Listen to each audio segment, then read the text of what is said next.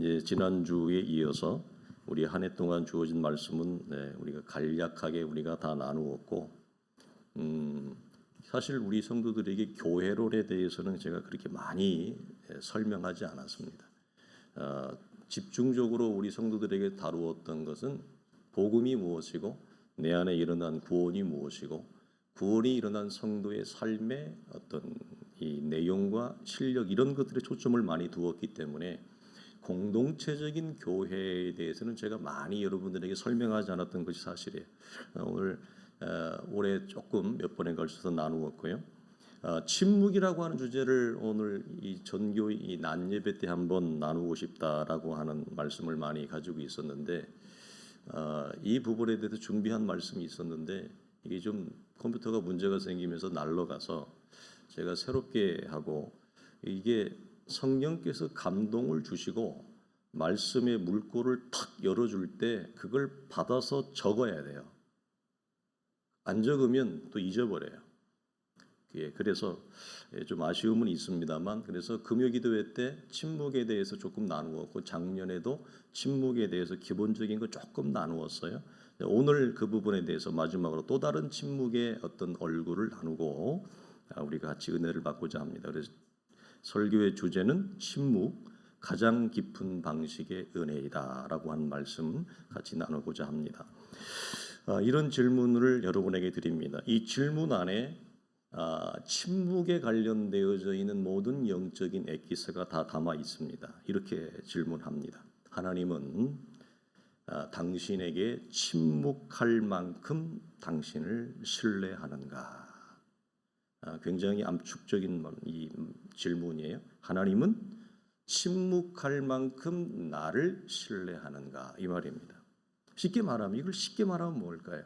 하나님이 나에게 말하지 않아도 나는 하나님의 마음을 알고 하나님 또한 나를 믿을 만한가? 이 말입니다. 이건 굉장히 깊은 오랜 동행과 관계성 속에서 나오는 말이죠. 이렇게 얘기할 수 있어요. 왜 말을 안 하시느냐? 왜 침묵하시느냐? 나에게 침묵할 만하기 때문에 그렇습니다. 나라는 존재가 하나님 앞에 꼭 어떤 기적이나 체험이나 역사나 이런 것들을 내가 감각할 수 있고 감지할 수 있는, 내 눈으로 확인할 수 있는 어떤 사인, 구약에 많은 사인들이 있었죠.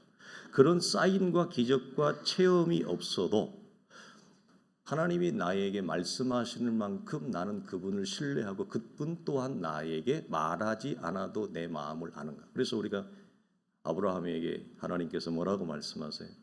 내가 저에게 숨길 것이 있느냐? 저는 나의 동문이라. 기막힌 말을 하거든요. 근데 우리는 이 부분에서 굉장한 갈등과 폭풍을 겪습니다. 말씀하지 않으면 우리는 넘어지고, 우리 안에 체험이 없으면 넘어지고, 우리 삶에 내 눈으로 확인할 수 있는 어떤 결과치가 없으면 우리는 흐트러집니다. 이 오랜 세월을 겪습니다. 그래서 챔버스 목사님은 만약 당신의 삶 가운데 이런 하나님의 침묵을 경험하고 있다면 당신은 하나님을 찬송하라, 이렇게 얘기합니다. 상상할 수가 없죠. 왜 하나님이 아무런 말씀이 없고 체험이 없는데 무슨 하나님을 찬송해요? 찬송할 힘이 있어요? 찬송할 근거가 있느냐 이 말이에요. 그러나 챔버스 목사님이나 우리의 믿음의 위대한 선진들은 뭐라고 말씀하냐? 당신이 이런 침묵을 경험하고 있다면 당신은 가장 큰 하나님의 은혜를 체험하고 있는 중이다. 하나님을 찬양하라, 여호와를 찬송하라. 도대체 우리의 좁은 안목과 신앙으로는 그분들이 말씀하시는 것이 도대체 무슨 의미인지를 몰라요. 참 안타까우나 그러나 우리가 이런 주제를 나눌 수 있다는 게 복된 거죠. 자, 침묵은 첫째 사인이다. 어떤 사인인가? 내가 생각하는 것을 초월해서 주시려고 하는 사인입니다. 자, 만일 주께서 우리가 기도한 그대로 주신다면, 이건 우리가 금요기도회를 통해 나누었습니다. 물론 하나님이 나를 사랑하시는 연고죠. 그러나 이 주제에서 나눈다면 아직 주께서 나를 깊이 신뢰하지 못하기 때문에, 즉 어린아이의 신앙이기 때문에, 예수 믿은 지 얼마 안 됐고 내 안에 출애굽의 역사가 일어난 지 얼마 안 된 출애굽의 직후에는 하나님이 내가 기도한 그대로 줍니다. 하나님 500원만 주세요. 그럼 500원 줍니다. 하나님 10,000원만 주세요. 그럼 10,000원만 줍니다. 하나님 요거 주세요. 그럼 요 컵 그대로 줍니다. 저는 너무 많은 이런 체험들을 했기 때문에 이 의미가 어떤 의미인지 알아요. 그런 신앙이 잘하면 달라고 그랬는데 안 줍니다. 컵을 구했는데 컵을 안 줍니다. 하나님 10,000원만 주세요. 근데 10,000원을 안 줍니다. 그래서 굉장히 영적으로 혼동하는 시절이 옵니다. 침묵하시는 이유는 그만큼 나를 신뢰하기 때문이다. 다른 말로 하면 뭐예요? 내가 더 큰 하나님의 은혜를 받을 수 있는 신앙의 준비와 신앙의 걸음이 되었다. 다른 말로 하면 받을 자격이 되었다라고 하는 하나님 편에서의 인정이 나에게 무엇으로 오느냐? 침묵으로 온다. 자, 이 차원에서 침묵은 영적 전조 증상이에요. 어떤 영적 전조 증상이냐? 내가 하나님의 사람의 됨됨이가 커졌구나. 내가 더 크고 더 큰 영광과 하나님과의 깊은 관계 속으로 들어갈 수 있는 그 영적인 걸음과 시기가 되어졌다라고 하는 영적 전조 증상이에요. 그래서 기쁘게 여기라는 거예요. 하나님을 찬송하라는 거예요. 우리가 알듯이 마리아와 마르다는 예수님과 특별한 사이였고 주님은 이 삼남매를 몹시 사랑하셨습니다. 그렇지만 오라비의 죽음 앞에, 오라비의 생사 앞에 간구했지만 주님은 의도적으로 침묵하신 이유는 부활의 영광이 무엇인지를 그들 속에 주께서 보이시고 계시하기 위함이었습니다. 우리는 십자가도 잘 모르는데 부활을 경험케 하는 거예요. 십자가와 부활은 구원의 가장 큰 계시이고 십자가와 부활은 하나님의 나라의 가장 큰 영광과 계시입니다. 근데 이것을 마르다와 마리아에게 하나님이 알게 하시기 위해서 그들의 기도를 지체했고 오히려 침묵하셨습니다. 그래서 마리아가 구한 것보다 결론은 뭐냐? 훨씬 더 크고 영광스러운 하나님의 은혜와 복과 계시를 그들이 맛보게 함이 목적이었어요. 그러니까 나사로를 단순히 돌려받은 정도가 아니잖아요. 죽은 오라비가 살아난 것에 만족하는 게 아니에요. 여기 중요한 포인트예요. 우리는 내 삶이 어렵다가 하나님이 은혜로 나를 불쌍히 여겨서 내 삶이 조금 부드러워지면 그걸로 웃어요. 물론 사람이니까 다 웃어요. 그러나 거기에 멈추면 안 돼요. 힘들었는데 하나님이 내 몸을 병에서 낫게 했어요. 그걸로 멈추면 안 된다고요. 그러면 이게 멈추면 왜 안 돼요? 이 사람은 다음에 또 다른 일을 겪으면 똑같은 현상을 똑같이 반복해요. 좋든지 나쁘든지. 주님이 마르다와 마리아에게 하나님이 보여주고자 하는 것은 오라비가 살아난 것 자체가 아니라 나는 부활이요 생명이라고 하는 그리스도의 복음을 그들이 알게 하고 누리게 하는 것이 목적이었어요. 그러니까 외형적 환경과 조건과 내가 원하는 입맛대로 삶의 처지가 열어지는 것으로 만족하거나 그것으로 침체하면 이 사람은 이 패턴을 계속 왔다 갔다 한다고요. 반복한다고요. 무엇을 그 속에서 받지 못했으니까 예수 그리스도는 부활이요 생명이라고 하는 이 부활의 복음을 그들은 아직 열어지지 않았어요. 무엇만 열어진 거예요. 예수 믿으면 하나님이 나를 이렇게 붙잡아 주는구나. 신앙생활 했더니 하나님이 나를 이렇게 좋은 것도 하나님이 주시는구나. 요거에만 딱 멈춰버리는 신앙이 되어진다는 거죠. 그래서 마리아와 마르다는 침묵이 가장 깊은 우리를 향한 하나님의 은혜의 선물이었구나를 예수의 부활을 통해서 나사로의 부활을 통해서 그들은 확인받습니다. 젠버스 목사님은 우리가 감각할 수 있는 것, 내 입맛에 맞는 것만 응답으로 여기는 신앙이라면 이것도 신앙이에요. 근데 뭐라고 얘기하느냐? 은혜의 가장 초보적인 상태에 있는 신앙입니다. 이렇게 얘기하는 거예요. 이것도 믿음이고 신앙이고 하나님의 자녀이고 우리는 하나님의 생명을 얻었어요. 그러나 그리스도 예수 안에서 저마다의 은혜의 분량이 있고 저마다의 믿음의 무게와 크기와 사이즈가 달라요. 즉 바울식으로 말하면 예수 동일하게 믿지만 하나님의 사람됨과 존재의 향기가 달라요. 운동에도 체급이 나뉘어지잖아요. 헤비급부터 저 라이트 플라이트까지. 그리스도 예수 안에서도 같은 예수를 믿지만 은혜의 무게, 믿음의 무게, 존재의 무게가 달라요. 예수 드러내는 향기가 달라요. 목사로 말하면 말씀을 들으는 무게와 향기가 달라요. 같은 우리가 하나님의 자녀이지만 여기서 우리 이것을 보게 되어집니다. 그래서 내가 원하는 것만 응답이라고 생각하는 신앙은 신앙인데 아직 어린아이의 신앙이다. 그래서 만약 아직도 하나님은 내 기준에 맞는 응답을 줘야 된다고 고집한다면 이 사람에게는 하나님이 어떻게 하느냐? 침묵할 수 없다는 거예요. 왜? 못 견디니까. 침묵 안 해요. 하나님이 여러 가지로 이 사람을 간섭해야 돼요. 침묵을 하면 견뎌낼 수가 없어요. 무너져 버립니다. 이 심령이. 이걸 좀 더 확장하면 이거예요. 이 사람에게 걸맞는 연단이 아직 할 수가 없어요.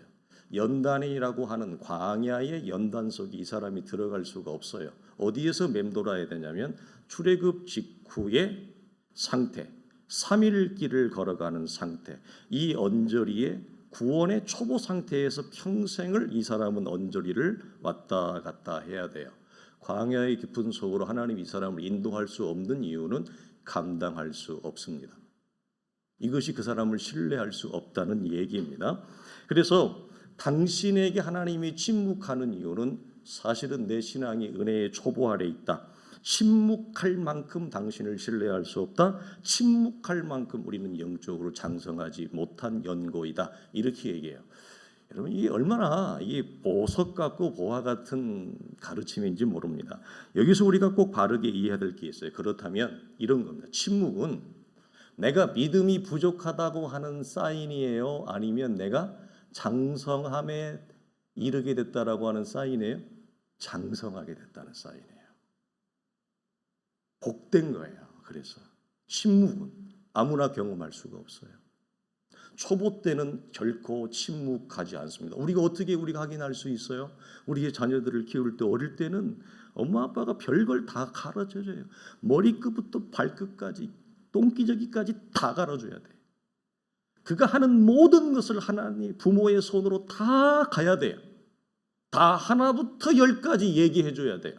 하나부터 열까지 가르쳐줘야 돼요. 그러나 상성하면 손이 덜 갑니다. 엄마들은 그러잖아요. 언제 여러분 자유함을 느껴요? 자식 키울 때 손 좀 덜 갈 때. 어릴 때의 특징이 뭐예요? 아빠, 엄마, 이거 뭐야? 이거 왜 그래? 우리는 늘 설명해 주기 바빴습니다. 장성하면 말수가 적어도 됩니다.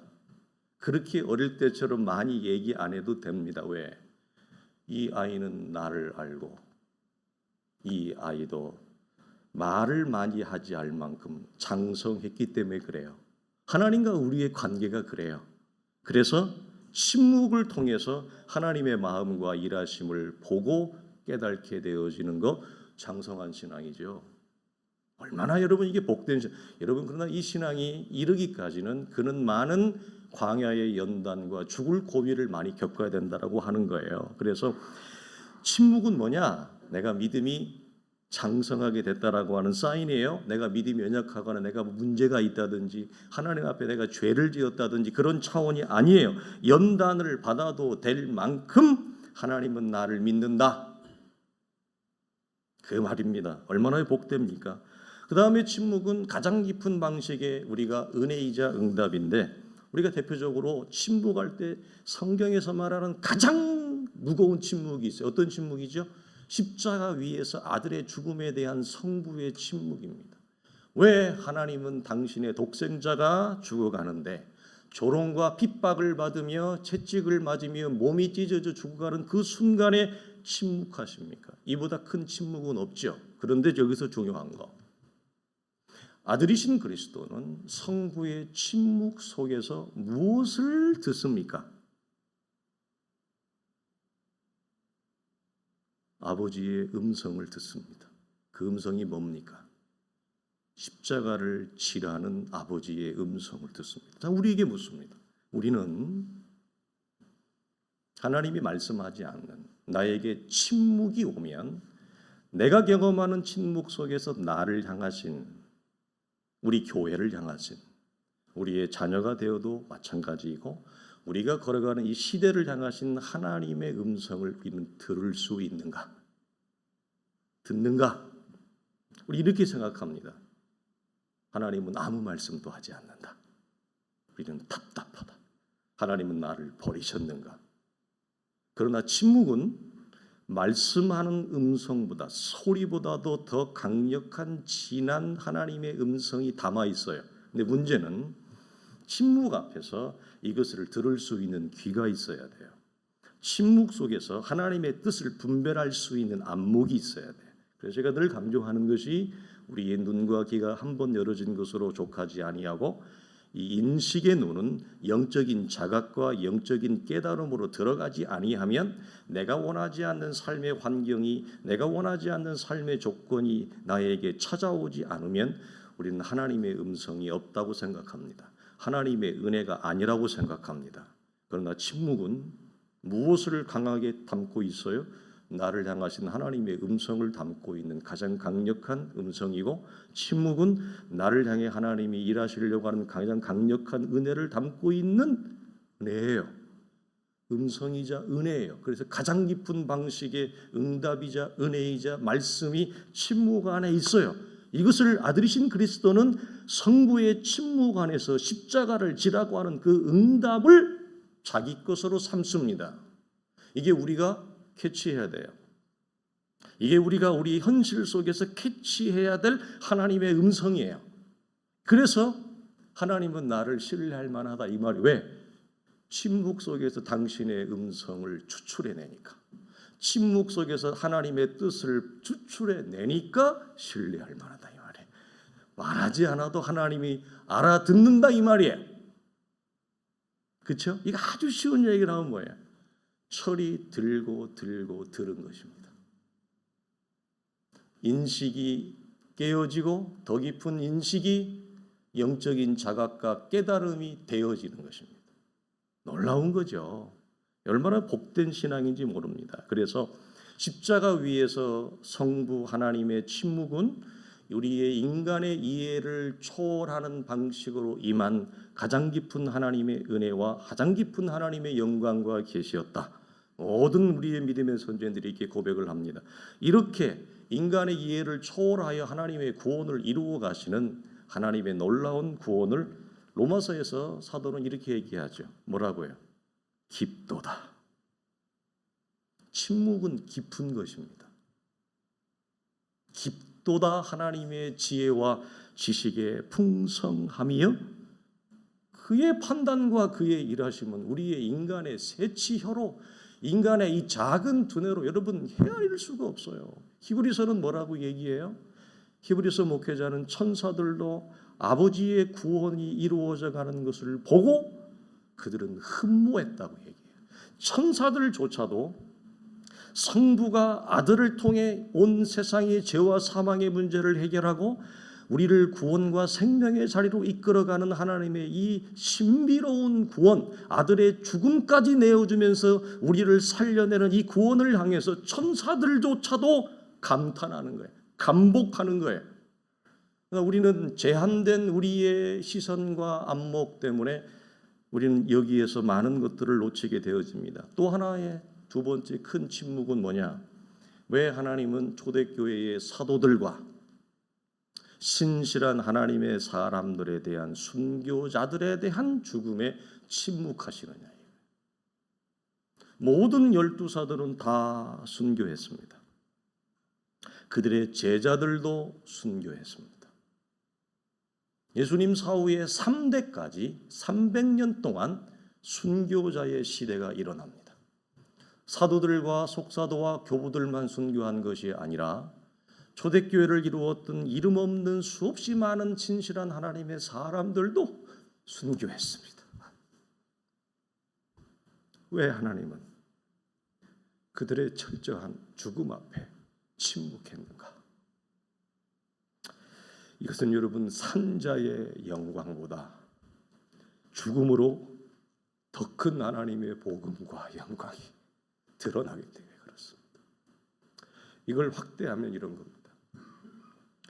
인생이 잘되고 성공하고 형통해서 나타내는 하나님의 영광과 구원보다 신실하게 예수를 믿어가지만 그의 인생의 길이 참으로 어렵고 참으로 환난과 고난 중에서도 믿음을 잃지 않고 하나님의 사람됨을 증명하는 것이 성공에서 영광을 드러내는 것보다 가난한 조건에서 영광을 드러내는 것이 훨씬 더 커요. 이 원리가 있는 거예요. 순교의 원리는 살아서 영광을 드러내는 것보다 죽음으로 더 큰 영광과 계시가 임하는 원리가 바로 이 안에 있어요. 그래서 그리스도의 죽음으로 우리가 살아났듯이 초대교회 사도들과 그 신실한 성도들의 죽음으로 주의 교회가 일어나는 거예요. 이 원리는 여러분, 우리가 교회를 세워가지만 다음 주부터도 이 말씀들을 더 이어가겠습니다만, 하나님의 교회가 일어나기 위해서는 그 교회의 주춧돌 되는 자들이 영적인 내용과 실체에서 여기 있는 분들이 죽지 아니하면, 죽음의 원리를 내 삶을 통해서 드러내지 아니하면 하나님의 교회는 일어나지 않습니다. 야고보가 뭐라고 얘기하느냐? 너희의 성내는 것이 하나님의 의를 이루지 못한다. 여기서 의가 뭐예요? 하나님의 구원입니다. 하나님의 생명입니다. 목사가 성을 내면 하나님의 교회는 구원이 일어나지 않습니다. 이건 그 목사에게만 접목되는 원리인가요? 하나님의 교회로 부르심을 입은, 주의 교회를 세우라고 부르심을 받은 모든 하나님의 사람들 속에 하나님이 우리를 통해 진하게 지금 작동하려고 하는 원리는 뭐냐? 나의 죽음입니다. 이것이 뭐라고 말씀해요? 주님은 하늘의 밀알이 떨어져 썩어 죽지 아니하면 그대로 있고 썩어 죽으면 많은 열매를 맺느니라. 이 순교의 원리, 십자가 위에서 아들의 죽음에 침묵했던 원리가 우리에게도 동일한 거예요. 우리는 동일한 예수의 생명선에 있는 사람이에요. 우리는 동일하게 예수의 십자가에 동일한 그 십자가의 구원의 선에 있는 자들이에요. 십자가를 통해 하나님의 구원이, 십자가를 통해 하나님의 교회가 일어나는 원리는 예수에게만 해당되거나 초대교회의 사도들과 초대교회의 순교자들에게만 해당되는 것이 아니라 2000년이 지난 지금 이 시대에 이 강팍하고 영적으로 혼탁하고 혼란하고 무엇이 진리인지, 무엇이 건강한 교회인지, 무엇이 성경이 말하는 참된 기독교의 신앙과 믿음의 모양인지가 혼돈되는 이 시대에는 이게 따로인가? 아니죠. 동일하죠. 하나님의 교회의 터는 예수 그리스도예요. 내 생명의 터도 예수 그리스도예요. 그러면 무엇으로 내 신앙을 이렇게 세워요? 무엇으로 하나님의 교회를 이렇게 세워요?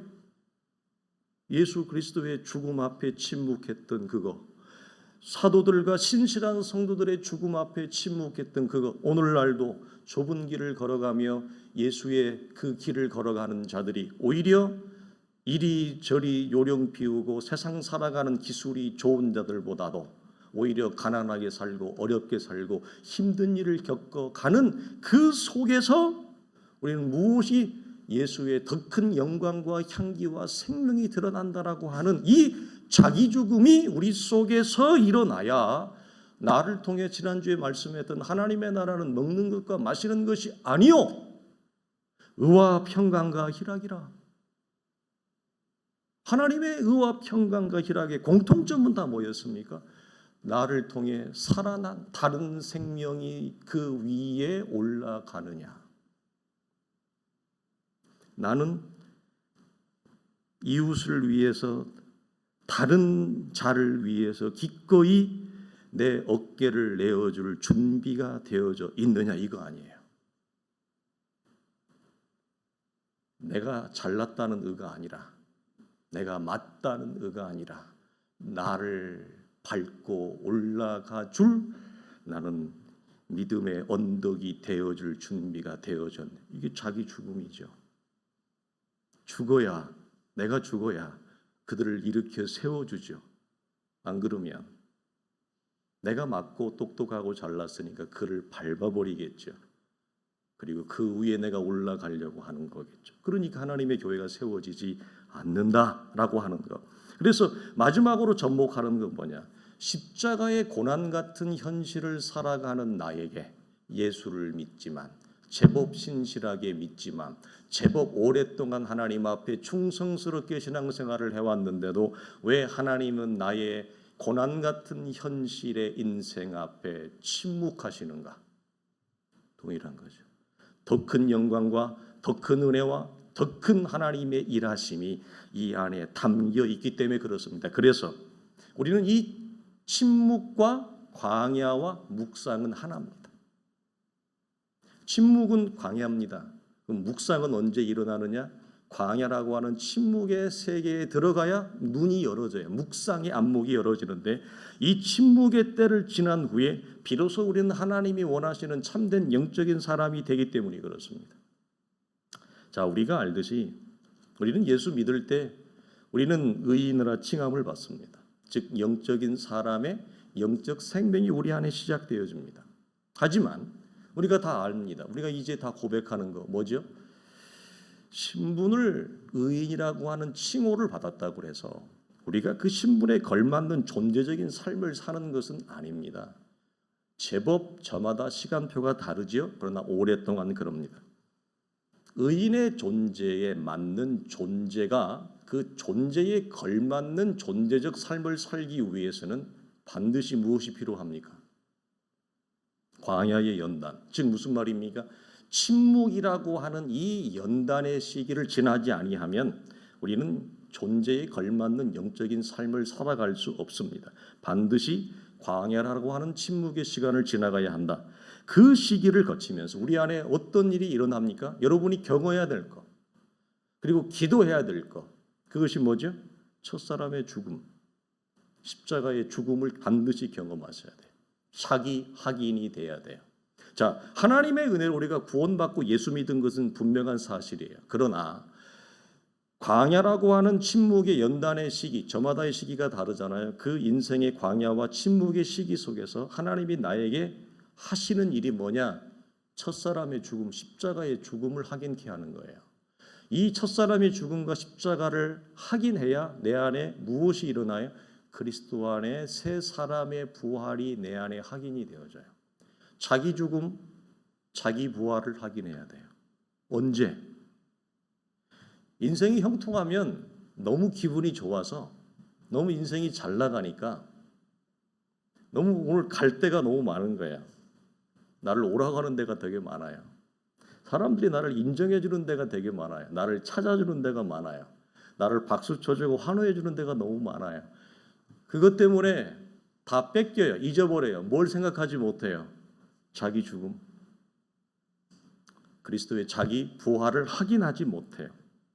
그래서 여러분에게 우리가 꼭 내세우는 거, 성도는 저마다의 광야가 있어요. 저마다의 침묵이 있어요. 그 안에서 반드시 자기 죽음과 자기 부활을 영적으로 여러분의 실체와 실상에서 확인하셔야 돼요. 그러면 여러분은 체급이 다른 예수쟁이가 됩니다. 사이즈가 다른 예수쟁이가 됩니다. 이건 부인할 수 없는 하나님의 축복입니다. 그래서 우리가 잘 아는 말씀이 있잖아요.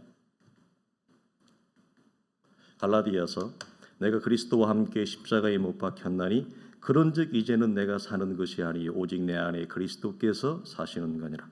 이제 내가 육체 가운데 사는 것은 나를 사랑하사 나를 위하여 자기 자신을 버리신 하나님의 아들을 믿는 믿음 안에서 사는 것이라. 이 고백을 여러분이 광야와 침묵의 기간 속에서 반드시 자기 죽음과 자기 부활을 이 믿음의 고백의 말씀처럼 확인하셔야 돼요. 왜 하나님이 침묵하느냐? 이거 확인하라고 그러시는 거예요. 내가 제법 예수 잘 믿는데 내가 왜 어려움을 겪느냐? 하나님이 이거 확인하라고 그러는 거예요. 이거 확인이 안 되면, 이거 확인이 안 됐다고 구원에서 우리가 제외되거나 구원에서 탈락된다는 얘기가 아니에요. 우리 이미 구원받은 하나님의 자녀예요. 구원은 여러분 결코 변개치 않습니다. 그러나 자기 고난과 자기 어려움 안에서 이것을 자기가 실체적으로 확인되지 아니하면 믿음의 무게가 가볍습니다. 그건 어쩔 수가 없습니다. 자, 이 고백과 고백에 걸맞는 믿음을 확인하라. 그 다음에 우리가 하나 봅시다. 베드로후서를 보면 이 고백에 걸맞는 이 확인이 일어날 때 사도가 이렇게 얘기합니다. 이로써 그 보배롭고 지극히 큰 약속을 우리에게 주사 이 약속으로 말미암아 너희가 정욕 때문에 세상에서 썩어질 것을 피하여 신령한 성품에 참여하는 자가 되게 하셨느니라. 그러므로 너희가 더욱 힘써 너희 믿음의 덕을 덕에 지식을 지식에 절제를 절제에 인내를 인내에 경건을 경건에 형제 우애를 형제 우애에 사랑을 더하라. 이런 것이 없는 자는 뭐라? 맹인이라. 그의 옛죄가 깨끗하게 된 것을 이 사람은 잊고 산다. 자, 이걸 여러분 예수 안 믿는 사람한테 하는 얘기예요? 예수 믿는 자에게 하는 얘기예요? 이미 예수 믿고 있는 우리에게 하는 말씀이에요. 이 말씀의 본문의 구조는 무엇과 똑같냐면 갈라디아서 5장의 성령의 열매와 육체의 열매를 얘기하면서 이런 것들을 가진 자는 하나님의 나라를 유업으로 받을 수 없느니라고 하는 구조와 똑같아요. 자, 성도는 여러분 물어보겠습니다. 맹인입니까? 맹인이 아닙니까? 우리는 원리적으로 신분적으로 운명적으로 우리는 맹인이 될 수 없습니다. 아들의 죽으심에서 우리는 죄와 사망에서 눈을 떴습니다. 우리는 눈이 열린 자입니다. 그런데 왜 오늘 베드로는 맹인이라고 합니까? 그럼에도 불구하고 그의 현재적 신앙의 상태와 내용 안에서 예수 믿는 내 안의 모습에 신령한 성품에 참여하가 된 우린 이미 됐어요. 그리스도 예수의 은혜로 됐는데 무엇이 보이지 않는다? 그 하나님의 사람된 이 신령한 사람 성품을 다른 말로 뭐예요? 영적인 사람. 영적인 사람이 가질 수 있는 영적인 특징, 산상수훈으로 얘기하면 팔복의 열매, 갈라디아서로 얘기하면 성령의 열매, 로마서로 얘기하면 하나님의 나라의 열매, 오늘 본문으로 얘기하면 신령한 성품, 영적인 사람이 당연히 보여야 될 영적인 특징, 열매 보이지 않는다. 그래서 이런 것이 없는 자는 맹인이다. 근데 이 맹인의 특징이 뭐냐? 그의 옛죄가 깨끗하게 된 것을 잊고 산대요. 무슨 말이에요? 그의 옛죄가 깨끗하게 된 것은 뭐예요? 그리스도 예수 안에서 십자가를 통해 첫사람의 죄가 용서함을 받은 죄사함을 말하는 거예요. 근데 이 사람이 예수 안에서 내가 죄 용서함을 받은 죄사함의 은혜와 은총을 까마득하게 잊고 산대요. 자, 무엇이 연결돼요? 신령한 존재, 영적인 사람이 보이는 영적인 특징이 없는 자들의 공통적인 것을 사도 베드로는 뭐라고 얘기하느냐? 사도 베드로가 여러분 얼마나 실수가 많고 얼마나 성격이 험악하고 급하고 강팍하고 사도 베드로는 여러분 영적인 신앙의 성장이나 성화하고 전혀 매치가 안 되는 인물이에요. 근데 이 사람이 이렇게 바뀐 거예요. 이렇게 놀랍게 바뀐 거예요. 산적같이 생긴 베드로가 이렇게 바뀌어서 우리에게 영적인 열매와 영적인 사람에 대해서 얘기하고 있는 게 놀랍지 않아요? 여러분 그래서 예수를 제대로 믿으면 다 변해요. 이렇게 돼요. 제대로 안 믿으니까 이렇게 안 되는 거예요. 그래서 뭐라고 회의적인 말을 해요? 야, 예수 믿으면 사람 하나도 안 변해. 그건 자기 얘기죠. 베드로를 보세요. 베드로가 이런 사람이 될 거라고 상상이나 했어요? 이렇게 바뀌어요. 그래서 뭐라고 얘기하느냐? 오늘 본문으로 말하면 내 안에 일어난 자기 죽음을 확인하지 못하는 거예요. 옛죄가 깨끗하게 된 것을 잊고 산다? 이 사람은 맹인인데 이 사람들의 특징이 뭐냐? 예수는 믿게 되어졌는데 하나님의 은혜로 자기 삶에 일어난 자기 죽음을 확인하는 것을 잊고 살아요. 이게 없어요. 이걸 전혀 의식하지 못해요. 근데 예수는 믿어요. 그걸 맹인이 될 수 없는데도 불구하고 베드로 사도는 뭐냐? 너는 신분적으로는 맹인이 아닌데 너는 내용과 실력적으로는 맹인이야. 목사도 맹인 될 수 있나요?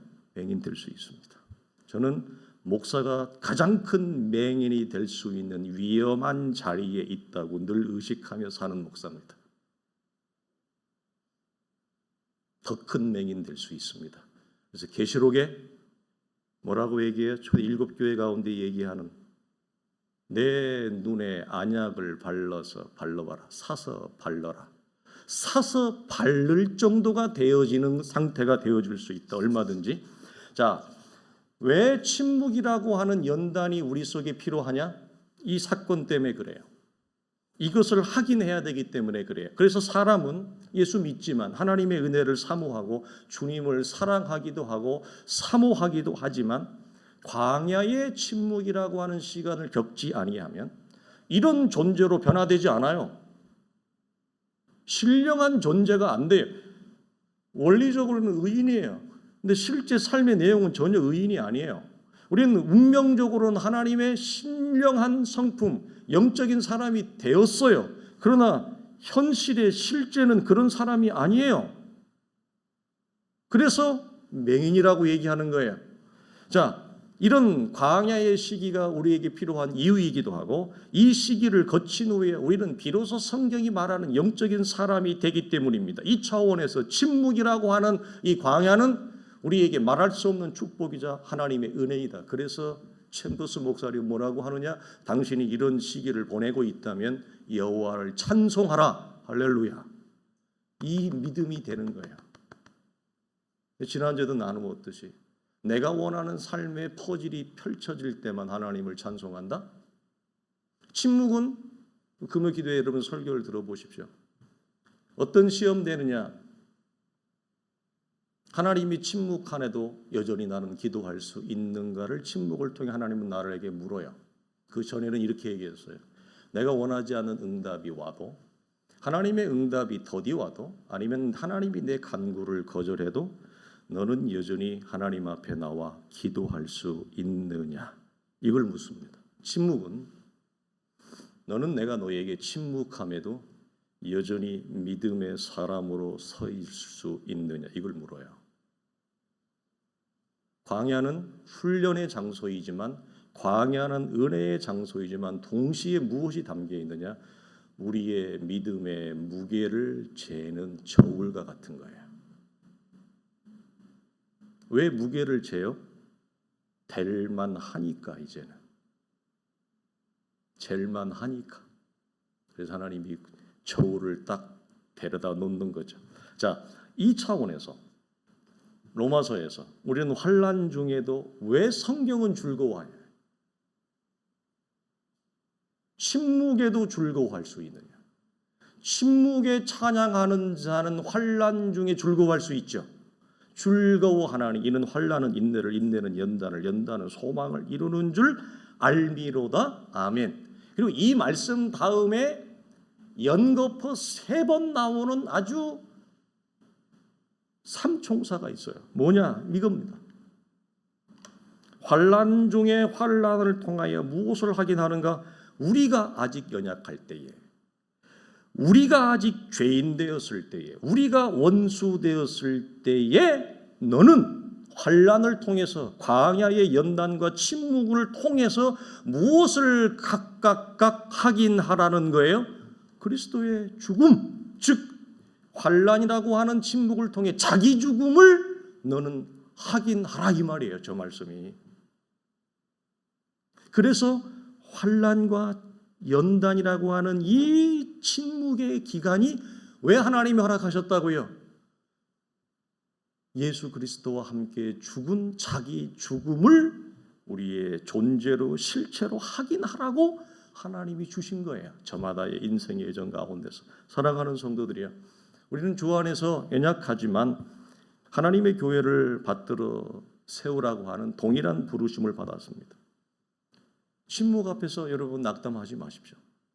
침묵 앞에서 좌절하지 마십시오. 하나님이 나를 버렸나 오해하지 마십시오. 조급해하지도 마십시오. 그리고 하나님의 침묵을 억지로 깨우려고 하지 마십시오. 억지로 깨운다는 말은 무슨 말이에요? 도망가지 말라는 얘기입니다. 깨고 오늘 본문처럼 말을 타고 도망가려고 하지 말라는 얘기입니다. 그 침묵 안에 이미 하나님이 와 계신 것을 여러분이 확인할 수 있는 은혜가 있기를 바랍니다. 이 침묵 안에 이미 내 안에 계신 것을 확인할 때 무엇이 이게 열어져요? 자기 죽음이 열어져요. 그러면 우리가 하는 말로 이거죠. 찬양에도 그런 찬양, 요즘 되게 그런 찬양 많대요. 나는 혼자가 아니야. 나는 이 광야를 나 혼자 걷고 있는 줄 알았는데 주님이 이미 나와 함께 계셨구나. 나와 동행하고 계셨구나. 이것이 광야의 자기 죽음이 확인되어질 때 이미 내 안에 들어와 계셔서 나와 함께 계시고 내 손을 붙드시고 나를 뒤에서 미시고 하나님이 내 인생을 향하여 목적하신 그 영광의 자리에 하나님이 나와 함께 하는구나. 이것이 확인되어지는 것이, 이 눈이 열어지면 여러분, 제가 이건 말할 수 없이 장담하고 예언할 수 있어요. 여기 있는 모든 분들의 신앙, 저를 포함해서 우리 모든 신앙은 지금보다 2배, 3배 좋아집니다. 말할 수 없이 좋아집니다. 우리가 여러 가지 이유로 신앙의 답답함과 침체와 질이 멸멸함을 경험하는 이유는 뭐죠? 나 혼자만 몸살을 앓고 있잖아요. 나 혼자만 힘들잖아요. 내 힘듦과 내 상실과 내 고통과 외로움과 도망가고 싶은 이 지독한 이 내면적 고통 안에 하나님이 안 계시잖아요. 여러분의 일상에서 하나님을 여러분 보세요. 우리의 고통과 십자가의 고난 같은 이 현실 앞에 이미 고난 안에 들어와 계신 주님을 보세요. 이게 따로 놀거든요. 나 혼자만 아파요. 나 혼자만 힘들잖아요. 나 혼자만 너무너무 괴롭잖아요. 그래서 어떻게 하고 싶어요? 빠른 말, 그것도 잘 달리는 말을 타고 어디인지는 모르겠지만 도망가고 싶은 거잖아요. 도망가고 싶은 거예요. 그래서 내 고통과 내 상실과 괴로움 안에 이미 주님이 나와 함께하고 있다라고 하는 이 눈이 열어질 때 침묵은, 광야는 이전보다 더할 수 없는, 견줄 수 없는 내 믿음의 상태와 신앙을 올려 세우는 말할 수 없는 하나님의 축복이자 나를 향한 가장 깊은 하나님의 은혜의 역사의 통로가 되어져요. 이 은혜를 경험할 수 있기를, 이 은혜 위에 누리고 세워질 수 있기를 주님의 이름으로 축원합니다.